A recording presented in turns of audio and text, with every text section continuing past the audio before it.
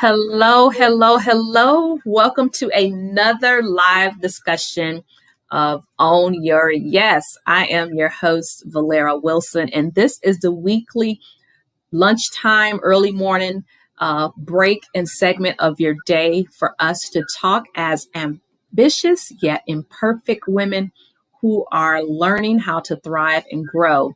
This is where you get to hear from resilient women who are successful in their own right and sharing their struggles and their lessons learned on the way to success.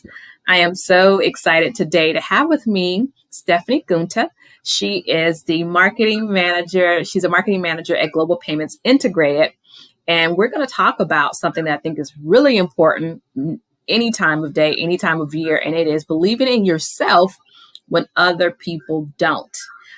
Thank you, Stephanie, so much for joining me today. And I would love for you to share a little bit more about your background and give us kind of a little bit more about you. Sure. Thank you, Valera. Happy to be here. Hi, everyone. Nice to meet you. So my name is Stephanie Junta. I have almost 9 years tenure in the corporate world. And right now I'm a marketing manager at Global Payments Integrated. Previously in my career, I started out on the B2C side in consumer electronics and also worked in an advertising agency where I worked with clients across 20 to 30 different verticals, stemming from things from funeral homes to press-on nails. In addition, I have my MBA from Stony Brook University. I graduated in December 2018. And last year, in the midst of the pandemic, I published my first book entitled Surviving My First Decade in Corporate America, which details my experiences as a 20-something female in the workplace with the hope of kind of shedding light on important topics, both personal and professional, for the next generation. Okay, I love it. And it is a great, listen, we all wish we would have had this book, right? Surviving the First Decade in Corporate America. I think it's a very, very important and pivotal time for a lot of women coming out of college. And because you don't know, and what you don't know can hurt you. Right. And, I think we were just sharing that before we went live, is that so often authors will write books that they wish they would have had earlier in their life. And so kudos to you for sharing this information. So talk to us about what your journey was to getting to actually writing the book, or what challenges maybe presented themselves on the way to becoming an author. Sure. So a lot of times this is unexpected when people hear from me that didn't know me back in the day when I was a little bit younger, but I did start out in my early 20s freelancing and having my own blog about dating and relationships. And this was something that I wrote about for years and had a lot of great content when I was in my early to mid 20s. I kept going with that. And, as life changes, different topics evolve, and kind of my behavior as a writer evolved at that.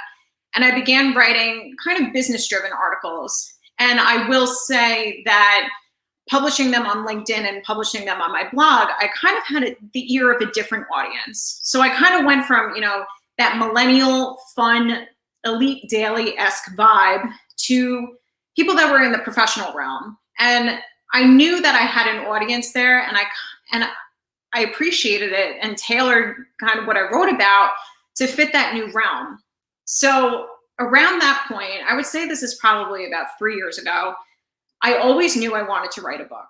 And me, setting sky high standards, I thought, it would be awesome to be a New York Times bestselling author. And these were kind of little notes I wrote on Post-it notes, as somebody once advised me to. I kept them in my wallet. So every day I would kind of take a look at them. I would remember what I wanted to do. And there were some days where I really struggled, right? Even to crank out a blog post on my own personal blog kind of felt like a chore. I wondered if I'd have an audience for it, if I kind of ventured out of my comfort zone. And it really made me question, what do you have to write about that can be bound in a paperback or hardcover book that people are going to want to buy, let alone read? So during this journey, one day we were in the throes of the beginning of the pandemic last year, and a light bulb went off in my head. I was about to turn 30. I was kind of looking back at my entire career as a whole and thinking about some of the funny stories or key learnings that I gleaned throughout my 20s as a female businesswoman. And I thought to myself, you know what? I think I have something. I spoke to a mentor of mine who really took me under his wing with this, and I just kept going. I kept writing. I would get up at 5 a.m. and I would just write before I went to work. And lo and behold, by the time the end of April, early May rolled around, I had something. And it was scary, but it was very exciting. And I decided just to put it out there. So I would say that leading up to publishing the book, I definitely had experience in the writing realm for many years, but it took those years to kind of explore and refine what I was doing to figure out what my end goal was. Yeah, no, it's interesting to your point. We all have those light bulb moments. And I think, we're talking about a book, but for any woman that's watching, it can apply to any dream or goal that we might have, right? You start out maybe just writing it down and saying, this is what I really want to do. And maybe it hasn't crystallized yet immediately, but that's okay. And that's what it sounds like you're saying. And I know I experienced the same thing as an author. It didn't crystallize until, like you said, just this one moment that, wow, it makes sense now. Here's what I'm going to do. And so anyone watching, please don't let the moments of the fuzziness stop you or cause you just to lose hope. At some point, it's going to start unraveling and making sense. Absolutely. What would you say? I mean, like, what mindsets did you have to shift to become comfortable with sharing your story as an author? So some of the items I wrote about were very easy to get out, and they were personal, but not at the same time. It was probably like an outer layer that I was exposing that if you knew me or if you followed me on any of my social media platforms, you would likely already know. There were some details that I included in the book that were a little bit more on the personal side. And they were a little bit more difficult to get out there. But since the inception of my writing, I've always predicated what I do based on being relatable and transparent. So sometimes, you have to be uncomfortable to get that out there. If you want to impact somebody, male or female, having them read this and if they've been through the same experience, as difficult as that was for you and as difficult as it is to share publicly, then I feel like I met my end goal, right? Because I was able to influence somebody or let somebody, go to sleep at night and think, okay, I don't feel as bad about this situation. Or, now I know somebody who's been through it and I kind of feel okay. I feel better. And for me, again, it's scary to put anything out there that your name is tied to because everyone's a critic, right? Everybody will automatically judge you, whether it be positive or negative. So either way, you're going to get reception on both sides from your supporters or, your audience as a whole. But for me, the most important part was if I don't open myself up and publicly broadcast how I feel or where I stand, then what's the point? And for me, I felt that level of transparency is not only what made me relatable as an author, but also translates to my personality and being able to speak to larger audiences or to people one-on-one and just having that, kind of personability factor. Yeah, no, I think something you said, it definitely resonates as I think through, that discomfort versus the end goal. And you said, if someone goes to sleep or feels like I'm not alone, or I can do this, or I can make it because this person wrote and shared their own story and their struggles and they were honest and authentic. And I think that's sometimes what we might miss in the process of even, pursuing dreams and goals of ours is it's not always just about us. It really is about what does the pursuit of that thing lead to for other people that we might know and care for, or people we know nothing about. Right. And that's so, I think sometimes that to what you said, and I resonate with that as an author too, is that makes it worthwhile.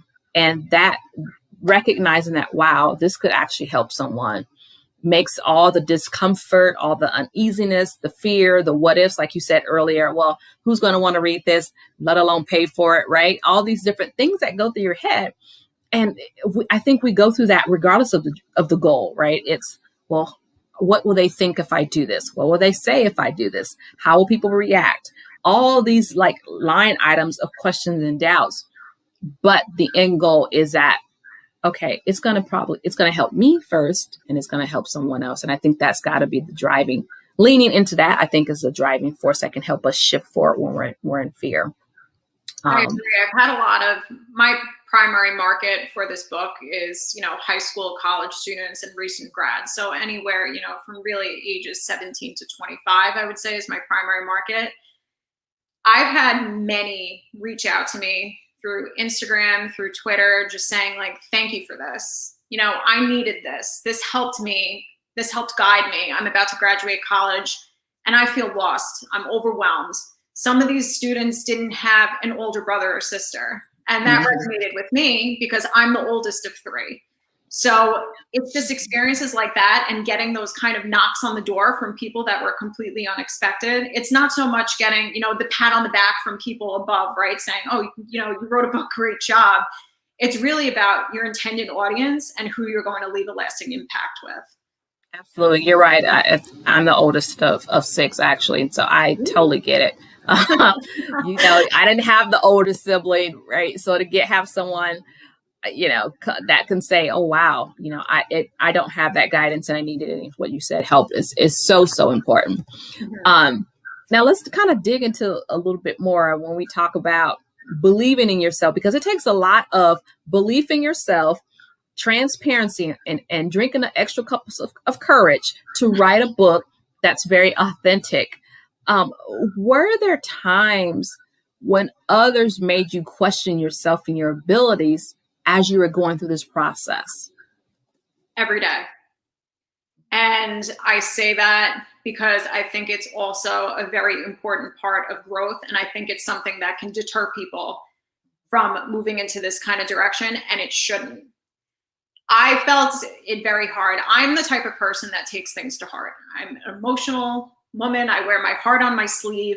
So when people gave me kind of negative comments, or I did get a handful of people through the grapevine saying, what makes her think she's so great that she can do this? She's not a journalist. She wasn't an English major in college. She doesn't have this kind of like professional education or, upbringing in this realm. She's a marketer. And that kind of leads into imposter syndrome, which I feel like is kind of that token phrase that's followed us all through the pandemic. And it's difficult. It's really difficult. And some days for me were very hard with this. But at the same time, I feel like that kind of uncomfortable nature is necessary, especially if you want to grow. Because let's face it, whether you're writing a book, you want to start your own YouTube series, you want to start an LLC and become an entrepreneur on the side of your job, or, whatever it may be, there's always going to be people, whispering words of encouragement in one ear and kind of talking you down in the next. And that's just the way life goes. Once you get that through your head, and it was tough to get it through mine, then you're in a better spot, because you always know that you're going to get both sides of the stick if you want to do something, but you shouldn't let that, deter you from your dreams. Because backing up a second, going back into believing in ourselves, if you don't believe in yourself, there is no reason why anyone else should, because you need to come to the table with that innate feeling saying, I'm worth it. This is what I'm going to do. I am worthy of writing this. I am worthy of, taking this leap and taking this chance and putting myself out there. And you know what? People, even your worst critics, will take a look at that and appreciate it and say, you know what? She's got gumption, or he's really got courage, or, she really, really knows what she wants and she believes she's worthy of it. Because regardless of what you do in your life, both personally and professionally, if you don't have that level of confidence or that encapsulate, think about it like a cloak, your cloak of worthiness. If you don't walk around, and I'm not saying in a haughty or obnoxious way, but in a way that is dignified. If you don't wear that cloak of worthiness, no one else is going to hand it to you and say, hey, put this on. And I think for me, that was the most important takeaway of this entire process. Wow, you've said a lot of great things here, some good gems. So I'm gonna go back on a couple of them and bring them up. And you mentioned something. You said, every day people are saying, what makes you think she's qualified? What makes her think that she can do this? She's just a marketer, as you said. And then you said about, this triggered imposter syndrome, right?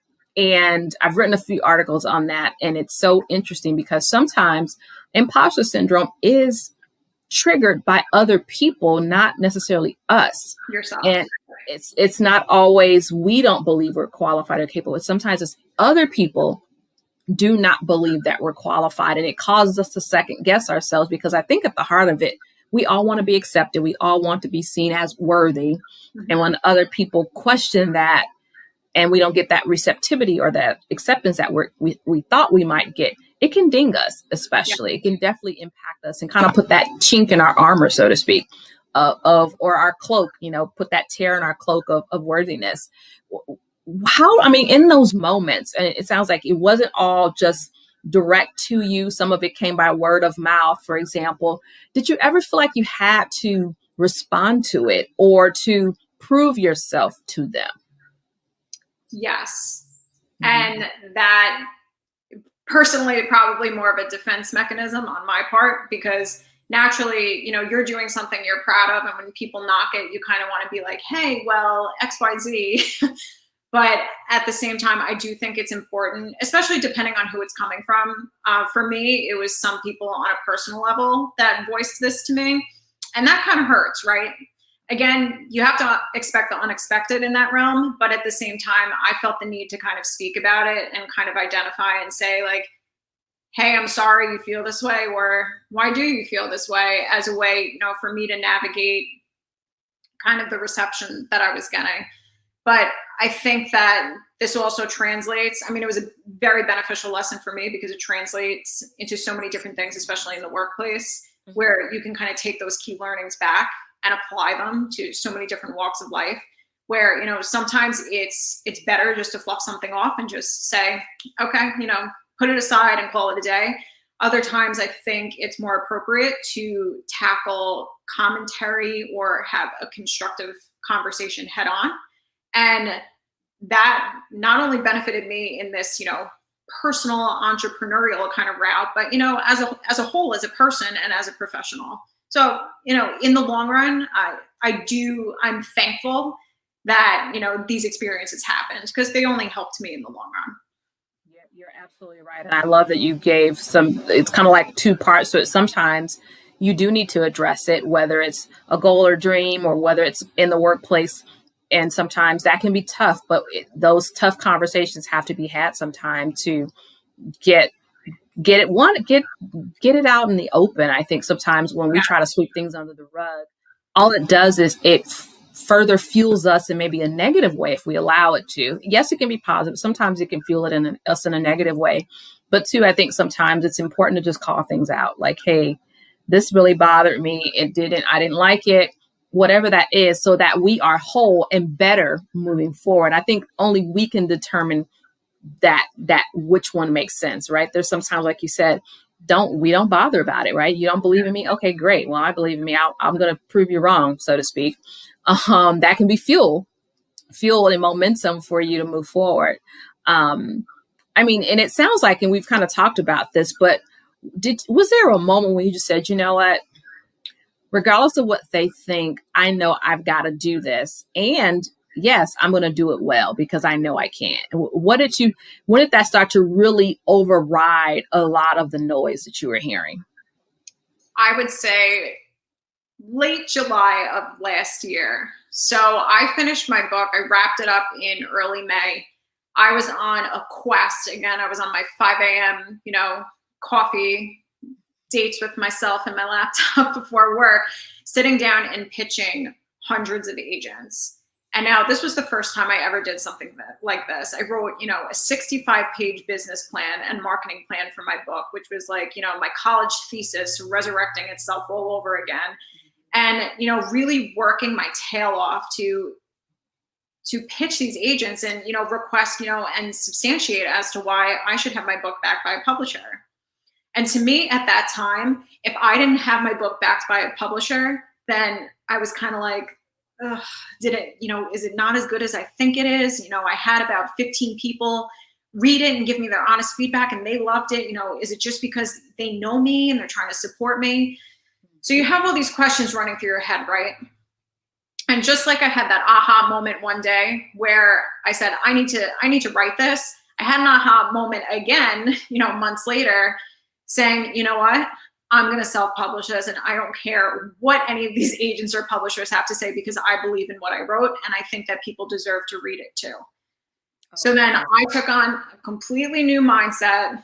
I became my own marketing and PR agent outside of my 9 to 5:30 job, and started working early in the morning and late at night to pitch local publications. I pitched, newspapers, TV outlets, magazines, social media. I worked to get my book up on Amazon, Apple, Google, Barnes and Noble, even in local bookstores in Long Island, it's being sold. So it got to that point where then I was just like thriving on the adrenaline rush of it all. I was like, this was, for those that said she's just a marketer, yeah, you know what? I am a marketer. I know what I'm doing in this sense. So I'm going to go and run with it. That's right. So I kind of turned, what was the perceived negativity at one point, and I kind of, dashed the doubts. I was getting rejection email after rejection email from agents saying, we like this, but it's not a good fit for our list. We like this, it's not a good fit for our list. And I said to myself, you know what? Regardless if it's a good fit for your list, there are people out there that I know will benefit from reading this. So I'm just going to do it. And that's what I did. Wow. Let's unpack that, because I'm over here internally clapping and cheering for you. I am, because I share the same feeling and the same experience actually in writing a book, and going through the process of people telling you, well, how many followers do you have? You don't have a lot, so they may not be interested in you. Publishers, it's a business for them. They want to know they're going to get their return. Oh, maybe not so. Right. All these things. Right. And it's so funny, because at one point I actually did a live, like a video on this experience, and just said, you know what? I'm not. And I think that's probably where maybe the part of the book says, own your yes. I was like, I had to live that out, because literally I said, well, you're saying no to me, but I need to own my own yes. And just like you said right now, I believe in this thing. I believe in the message. I believe in the book. I believe that it's going to help someone. So I'm not waiting for you to decide that I'm good enough. The book is already good enough. And it sounds like that's the point that you got to as well. And it's like, I don't need anyone else to be sold on it. I need to be sold on it. And when we decide that, I think it's a game changer. It really, really is. It doesn't matter. It doesn't matter who doesn't believe in us, whether it's a person or an entity. Something changes when we change our mind, decide that this is for me, I'm going to do it. And then something else you said, which I thought was phenomenal. You said, I'm going to take the negative, the phrase that you said, well, she's just a marketer. And I'm going to wait a minute. Yeah, I am a marketer. Duh. So that's what it takes you got to market a book, right? It's like, so I'm going to do this. And the same thing. That's my experience for almost 20 years. I'm a 20-year marketer. You better believe I'm going to market this book. Yeah. And so take what was negative, right? And then it became a positive. And I think to any woman that's watching this, I'm just throwing these out here because you said such a mouthful of great wealth of information. Take what people might consider your negative and leverage that thing, because there's value in what people discount. Let me say that again. There is value in what people discount about us. The very thing that we don't think qualifies is the thing that could propel us to our next. And I love it, Stephanie, that you pulled that out and said, I'm going to market this thing. Same for me. I said, I'm going to market this thing because that's what I know how to do. And so any woman watching, think about what is it that you do know how to do? It could be a transferable skill that's going to propel you to what you really want, even when people don't believe. So I'm loving this. Thank you for sharing that. And I had to unpack that some more. It was just so juicy and good. Absolutely. This is why you and I get along so well, because we're on the same page with this whole thing. Yes, self-publishers as marketers, and we got to market it, right? Yeah. I love it. So, I mean, how has, and you've talked about this in between, but how has pursuing this dream changed you for the good? How have you evolved? How has it made you better to push through the noise of the doubters to get to where you wanted to be anyway? I think it's made me less afraid. It's natural. I've always been somebody that's vocal professionally and has a level of confidence, but we all have that trepidation, right? And I mean, I definitely have it when it comes to, many things depending on the situation. But I feel like this was a risk for me, and it was a risk that turned out favorably, and it did teach me that doing something like this, I mean, writing a book is one thing, but like you just said, transferable. This is something transferable that you can push out to, whatever in your personal or professional life. It's taught me to take greater risk. So when I want something, I go after it. It may be uncomfortable, it may be scary and daunting, but I'm going to do it because writing this book and putting myself out there showed me that if you don't do it, nobody's going to do it for you. No one's going to hand you anything. No one was going to read my blog, my dating and relationships pieces from when I was 24 and say, Steph, you are an awesome writer. We're going to give you a contract and give you $20,000 down, write a book. It's just, that's not life. It's not going to happen. And I think for me at a professional level too, this taught me not only to go for it when it comes to certain things that I want or that I see myself doing, but at the same time, not to hold back. If you have a goal or a dream in mind, if you have a side hustle, I mean, this is something that I would definitely qualify as a side hustle. Do it. If you have to get up at 5 a.m, which is me because I can't get up past 9 o'clock at night, or if you are a night owl, I mean, that's kind of the time where if you really want something, like you have to go out and get it, and no one is going to do it for you. You have to be the one that sets the parameters to do it yourself. Like I had a lot of people ask me, everybody was, up in arms with COVID-19. You have a demanding job. How did you do this? And it's the same thing I tell people about going and getting your MBA while you're working full time. It's sacrifice. And sometimes, granted we were in the pandemic, so I really wasn't seeing people, but, theoretically speaking, maybe you don't go out on a Friday night. Maybe you don't see family on a Saturday or Sunday. Maybe you don't take that gym class on a Wednesday night from 7 to 8, but you sit down at your computer and you put a business plan together or work on something. I think it's all about weighing kind of the pros and cons. Yep. And it really comes down to at the end, like, how badly do you want it? And what are you going to do?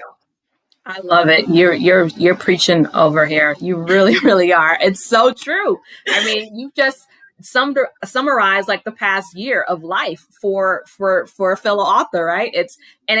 For anyone watching, like, well, I haven't written a book. It applies to anything.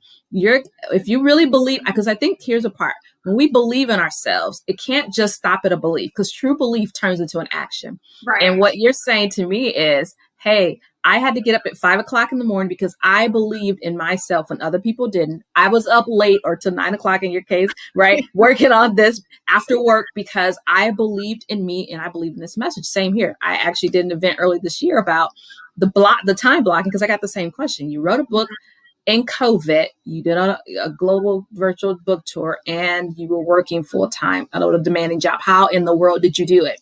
And like you just said, I time blocked the heck out of my life. Like early in the morning, I was like, I'm up working.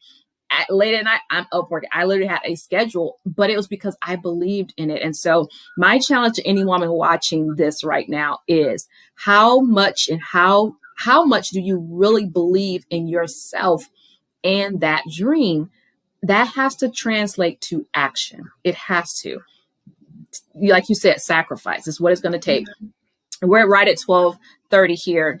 Give us just like one or two nuggets to summarize. What would you say to any woman to walk away with about believing in herself when others don't? I know I just said stuff, but I want you to say what you would tell any woman to walk away with. You have to tune out the critics to a certain degree. Sometimes the negative criticism is helpful because it'll light that fire and keep it burning underneath you. But above all, no matter what you do, be it a personal or a professional goal, you have to want it and you have to know that you're worthy of it and you're going to get it. Because if you don't defend yourself, if you don't open up, if you don't ask for things, if just like you said, Valeria, if you don't take the action, nobody is going to, come up and hold your hand and do it for you.